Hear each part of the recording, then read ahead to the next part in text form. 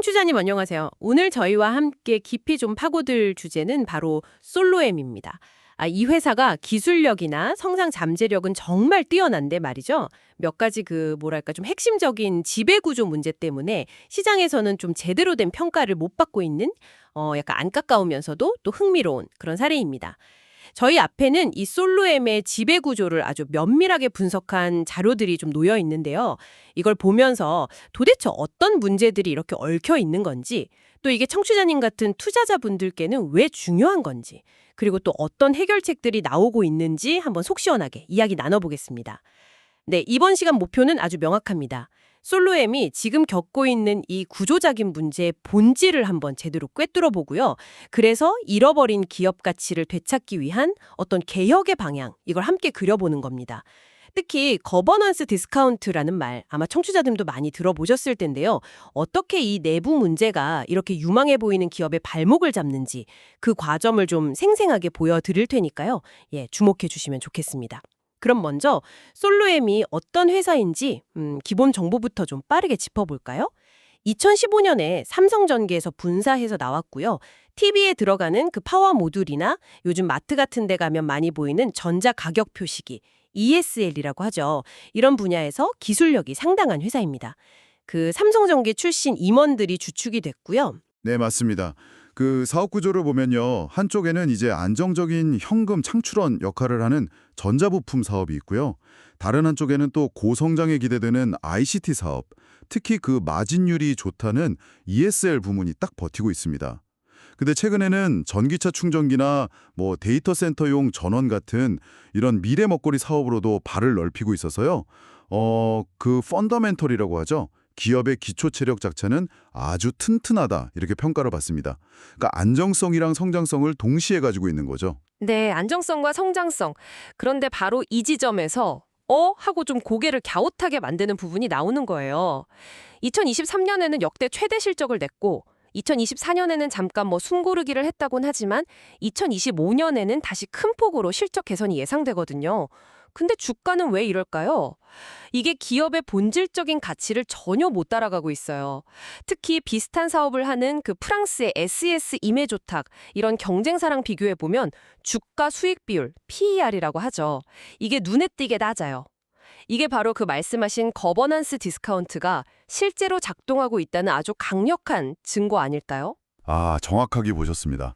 이 디스카운트라는 게요. 그냥 이론적인 개념이 아니라 실제로 기업 가치를 팍팍 갉아먹는 현실적인 힘인 거죠. 근데 흥미로운 점은 2024년에 실적이 좀 주춤했던 시기가 있잖아요.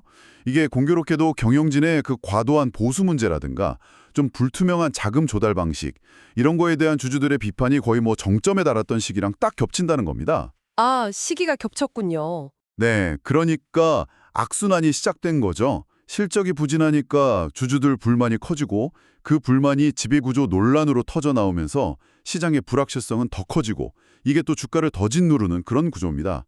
그러니까 시장 참여자들은 이런 생각을 하는 거죠. 아니, 2025년에 돈을 잘 벌어도 그 이익이 우리 주주들한테 제대로 안 돌아오고 경영진 보수나 좀 이해관계가 의심스러운 투자로 새어나갈 수 있댔다.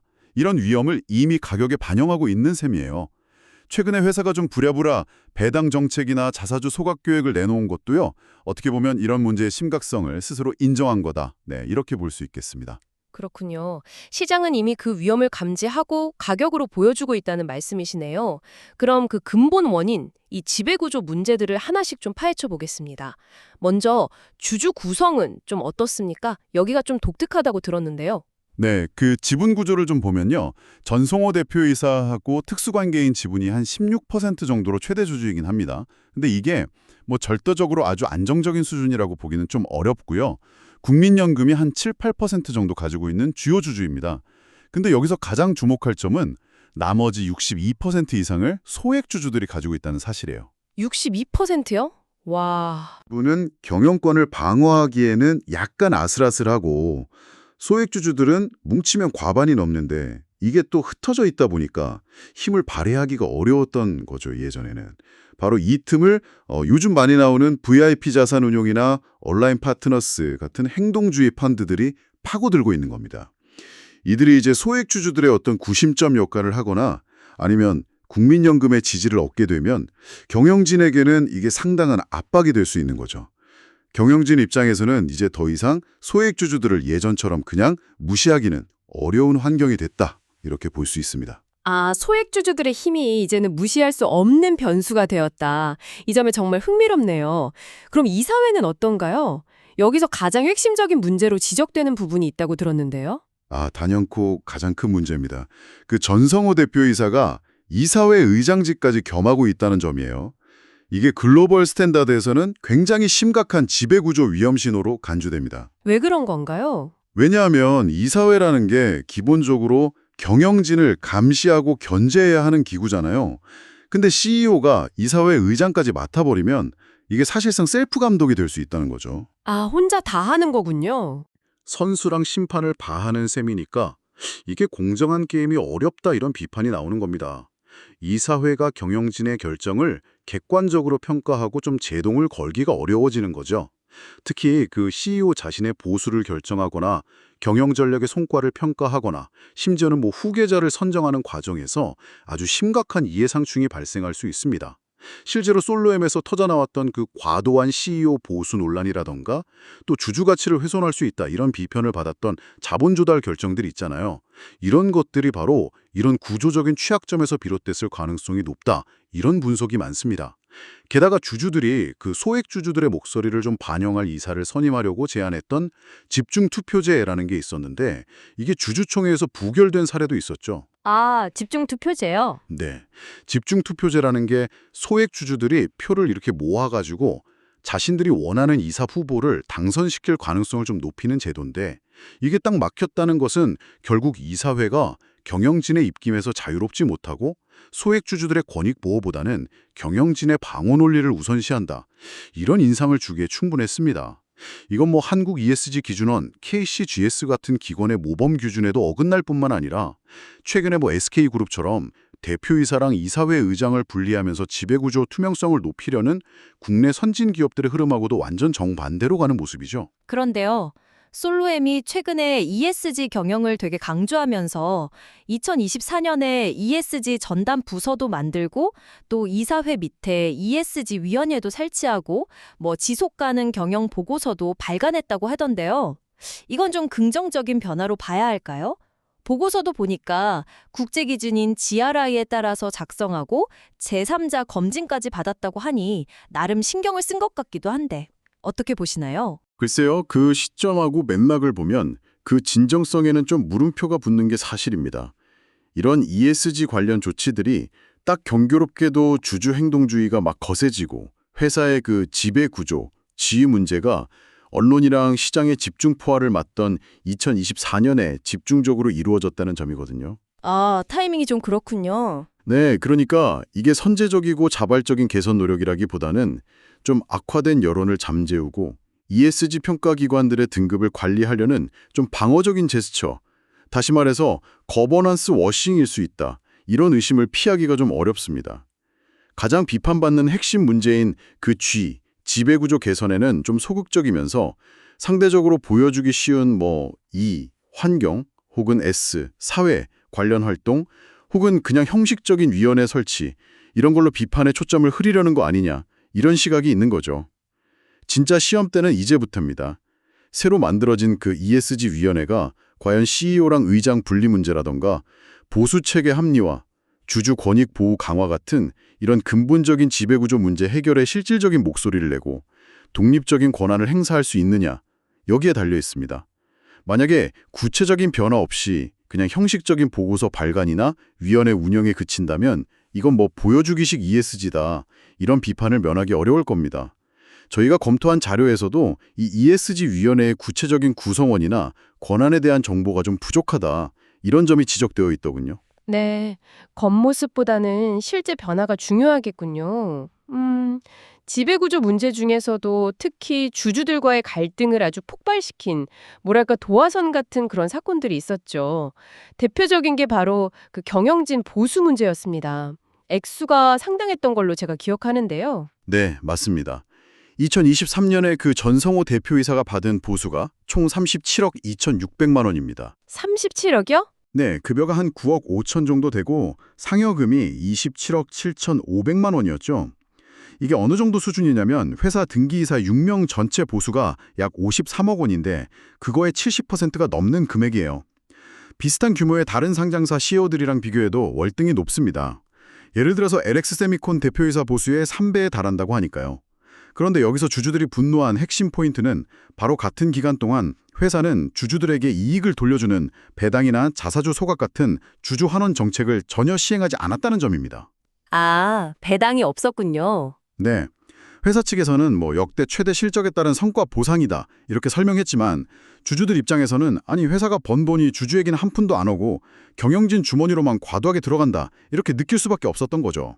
특히 주가가 좀 부진한 상황에서 이런 거액 보수가 지급되니까 행동주의 투자자들 입장에서는 공격하기 아주 좋은 빌미를 제공한 셈이 된 겁니다. 실적은 좋았지만 그 과실이 주주에게 돌아가지 않았다. 그 점이 핵심이군요. 그리고 가족 경영 문제도 좀 도마 위에 올랐었죠. 이게 승계 문제랑 관련이 있다는 의혹이었던가요? 투명하고 공정한 검증 절차를 거쳐서 그 자리에 오른 것인지 아니면 단순히 그냥 오너의 아들이라는 이유로 요직에 앉힌 것인지 이런 의문이 제기된 거죠. 이게 결국 경영권 승계 작업을 위한 포석 아니냐는 우려로 이어진 겁니다. 특히 계속 적자를 내고 있는 자회사 중에 솔로엠 헬스케어라는 곳이 있는데 여기에 본사 자금이 지원되는 걸 두고 이 자회사가 사실상 승계 발판 마련을 위한 도구이고 본사 자금이 부당하게 투입되는 거 아니냐 이런 의혹까지 나왔습니다. 물론 전 대표는 기업 설명회에서 아들들에게 경영권을 넘길 계획이 없다 이렇게 공식적으로 부인했습니다. 하지만 이게 말로만 부인할 게 아니라 좀 독립적인 후보 추천위원회를 통해서 차기 경영진을 투명하게 선임하는 절차 같은 이런 제로적 장치가 마련되지 않는 한 잠재적인 승계 리스크하고 그 과정에서 발생할 수 있는 이해상충 문제, 이거에 대한 주주들의 불안감은 쉽게 해소되기는 어려울 겁니다. 단순히 아니다라고 말하는 것만으로는 부족하다 이런 말씀이시군요. 자본 관리 방식, 특히 이 돈 문제와 관련된 결정들도 큰 논란을 불렀습니다. 자기 주식 매각 건은 정말 파장이 컸던 것 같아요. 그때 주주들의 자본을 이렇게 쉽게 뺏어가게 만들었다, 이런 아주 격한 반응까지 나왔다고 들었는데요. 네, 그 사건은 정말 주주 신뢰의 결정타를 날렸다고 해도 과언이 아닙니다. 회사가 가지고 있던 자기 주식, 그러니까 회사 돈으로 사들여서 보관 중이던 주식 119만 주를요, 전성호 대표이사 개인에게 약 211억 원에 팔기로 결정한 겁니다. 개인에게요? 네, 자기 주식이라는 건 원래 모든 주주의 몫으로 돌아갈 수 있는 잠재적인 자산인데 이걸 최대 주주이자 대표이사 개인에게 넘긴다는 결정은 그 자체로 명백한 사익 추구 행위로 비춰질 수밖에 없었습니다. 말씀하신 것처럼 우리 돈으로 자기 배만 불린다, 주주 자산을 마음대로 가져간다, 이런 식의 격한 반발이 터져나왔죠. 이후에 이제 거센 비판 요론에 밀려서 결국 같은 수량의 주식을 소각하겠다고 발표는 했지만 이미 금이 간 신뢰를 회복하기에는 좀 역부족인, 소 잃고 외양간 고치는 격의 사후 조치다. 이런 비판이 많았습니다. 근데 여기서 그치지 않고요. 1120억 원 규모의 상환전환 우선주, RCPS라고 하죠. 이 발행 역시 논란을 증폭시켰습니다. RCPS요? 그건 또 뭐죠? 네, 이 RCPS에 대해 좀 더 설명을 해드리자면 이건 나중에 보통주로 전환될 수 있는 우선주인데요. 여기에 대표이사가 특정 가격에 이걸 되사올 수 있는 권리, 콜옵션이라고 하죠. 이 권리를 가지거나 혹은 제3자에게 이 권리를 넘길 수 있는 조항이 포함되어 있었습니다. 이게 왜 문제냐면 잠재적으로 경영권 승계 과정에서 이 RCPS를 활용해서 좀 편법적으로 지분을 증여하거나 아니면 자신에게 우호적인 세력에게 지분을 넘겨서 지배력을 강화하는 데 악용될 수 있다, 이런 우려 때문입니다. 다른 주주들의 지분 가치가 희석될 위험도 있고요. 이런 일련의 자본 거래들을 쭉 보면 회사의 중요한 자본 정책 결정이 전체 주주의 이익 극대화보다는 경영진의 지배력 유지나 아니면 잠재적인 승계 구도에 유리한 방향으로 이루어지고 있다, 이런 강한 의심을 사기에 충분했습니다. 이것이 결국 참다 못한 주주들이 금융감독원, 공정거래위원회, 심지어 대통령실에까지 탄원서를 제출하는 등 아주 극단적인 행동에 나서게 만든 근본적인 원인이 된 것입니다. 아, 문제가 정말 한두 가지가 아니었네요. 이런 상황들이 계속 쌓이다 보니까 예전에는 좀 목소리를 내기 어려웠던 소액주주들의 움직임도 완전히 달라졌다고요. 그렇습니다. 과거에는 그냥 흩어져 있던 개인 투자자들이 이제는 온라인 주주 커뮤니티 같은 공간을 중심으로 아주 강력하게 뭉치기 시작했습니다. 단순히 불만을 토로하는 수준을 넘어서서요. 경영진의 문제점을 조목조목 지적하는 성명서를 발표하고 관계당국의 철저한 조사를 촉구하는 등 매우 조직적인 행동에 나섰습니다. 더 나아가서는 아까 말씀드린 그 집중투표제 도입을 주주총회 안건으로 정식 제안했고 의결권 대리행사를 위해서 주주 명부를 보여달라고 요구했는데 회사가 거부하니까 법원에 소송까지 제기하면서 물러서지 않았습니다. 소송까지 갔군요. 네. 비록 그 집중투표제 도입 자체는 기관 투자자들의 반대 등으로 무산되긴 했지만 이 과정 전체가 소액주주들이 더 이상 무시할 수 없는 중요한 이해관계자 집단으로 부상했음을 명확히 보여준 계기가 되었습니다. 여기에 아까 언급했던 VIP 자산운용이나 온라인 파트너스 같은 전문적인 행동주의 펀트들까지 가세하면서 주주들의 목소리는 더욱 정교해지고 강력한 압박으로 작용하게 되었죠. 이제 솔로야는 어떻게 보면 자발적으로 들고 일어난 소액주주들의 저항과 또 전문 펀드의 전략적 개입이 결합된 그야말로 전방위적인 주주 행동주의의 시험대 위에 서게 된 것입니다. 네, 이런 복잡하고 또 첨예한 문제들을 지켜보면서 청취자님도 그럼 도대체 이걸 어떻게 풀어야 하나 하는 궁금증이 드실 텐데요. 저희가 살펴본 자료에서는 실제로 상당히 구체적인 해결책들을 제안하고 있습니다. 역시 가장 먼저 손꼽는 것이 이사회 문제 해결이겠죠. 네, 그렇습니다. 보고서에서는 크게 한 6가지 정도 핵심 권고안을 제시하고 있는데요. 이걸 좀 더 저희가 대화하듯이 풀어보면요. 첫 번째는 말씀하신 대로 이사회의 독립성과 전문성을 강화해서 제대로 된 감독 기능을 회복하자 이겁니다. 구체적으로는 당장 독립적인 선임 사회 이사, 리드 인디펜던트 디렉터라고 하죠. 이걸 임명하고 길어도 한 1년 반 안에는 CEO가 아닌 완전한 독립성을 갖춘 사회이사를 이사회 의장으로 선임해서 역할을 분리하라 이런 요구입니다. 아까 말한 선수 겸 심판 문제를 해결하라는 거죠. 여기에 더해서 자본시장이나 IR 그리고 글로벌 ESG 기준의 밝은 전문가를 사회이사로 2명 이상 추가 영입해서 이사회의 전문성과 다양성을 높여야 한다 이런 내용도 포함되어 있습니다. 네, CEO와 의장을 분리하고 이사회의 전문성을 더해라. 그 다음은 역시 주주들이 가장 민감해하는 그 돈 문제, 즉 주주 환원에 대한 제안이겠죠. 맞습니다. 두 번째 핵심 권고안은 주주가 예측 가능하고 신뢰할 수 있는 주주 환원 정책을 만들고 이걸 공식적으로 약속하라는 겁니다. 그러니까 일회성으로 이번에 얼마 배당하겠다 이런 식이 아니라 향후 몇 년간 어떻게 주주들에게 이익을 돌려줄 것인지 명확한 계획, 즉 다개년 정책을 수립하고 공표하라는 거죠. 예를 들면 매년 벌어들인 순이익의 최소 몇 퍼센트, 예를 들어 10%에서 15%에서 시작해서 점차 늘려나가는 방식으로 배당하겠다. 혹은 잉여연금 흐름의 일정 비율은 꾸준히 자사주를 사서 소각하는 데 쓰겠다와 같은 이런 구체적인 목표치를 제시하라는 겁니다. 이것이야말로 주주들의 핵심 불만을 정면으로 해소하고 장기적인 신뢰를 쌓는 가장 확실한 방법 중 하나일 겁니다. 예측 가능한 약속을 하라. 근데 약속만 한다고 다는 아니겠죠? 아까 나왔던 그 자기 주식 매각이라든지 RCPS 같은 논란이 다시는 일어나지 않도록 막는 장치도 필요할 것 같은데요. 정확히 보셨습니다. 그래서 세 번째 권고안이 바로 내부 통제 시스템하고 윤리적 보호 장치를 대폭 강화하라는 내용입니다. 구체적으로는 보상위원회, 그러니까 경영진 보수 결정하는 곳이죠. 그리고 후보추천위원회, 이사 후보 선정하는 곳, 이 두 위원회를 전원 사회이사로만 구성해서 독립성을 확보하라는 겁니다. 그래야 CEO 보수가 적정한지, 이사 후보가 정말 회사 전체를 위해 일할 사람인지 객관적으로 판단할 수 있겠죠. 또한 자기 주식을 처분하거나 내부자 거래처럼 좀 민감한 자본 관련 의사결정은 반드시 사회이사들로만 구성된 위원회의 사전 승인을 받도록 하고요. 이때 독립적인 외부 재무자문기관, fairness opinion이라고 하죠. 즉, 이 거래 가격이 정말 공정한가에 대한 의견서를 의무적으로 받도록 절차를 강화해야 합니다. 그래야 경영진의 사익 추구형 거래를 사전에 차단할 수 있습니다. 네, 절차적인 안전장치를 확실히 마련해라.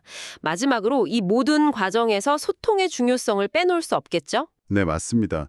네 번째 권고안은 소통 방식의 근본적인 변화를 촉구합니다. 지금까지처럼 문제가 터지면 마지못해 해명하는 그런 방어적이고 소극적인 태도에서 벗어나서요. 선제적이고 투명하게 정보를 공개하고 주주들과 소통하는 방식으로 IR, Investor Relations 기능을 전면 개혁해야 한다는 겁니다. 정기적으로 투자자들과 컨퍼런스 콜을 열어서 경영 현황과 계획을 설명하고 질문에 답하고 또 소액주주들의 의견을 직접 듣고 반영할 수 있는 채널을 만들고 회사의 중장기적인 전략이나 자본 배분 계획에 대해서도 명확한 방향성을 제시해야 합니다.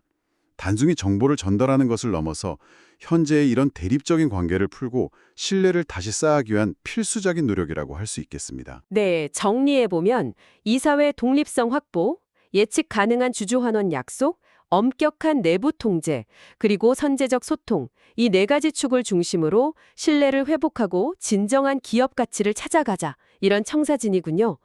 오늘 저희는 솔로엠이라는 참 흥미로운 기업을 통해서 뛰어난 기술과 성장성이라는 좋은 엔진을 가졌음에도 불구하고 이 지배 구조라는 브레이크 때문에 제대로 속도를 내지 못하는 상황을 깊이 들여다봤습니다.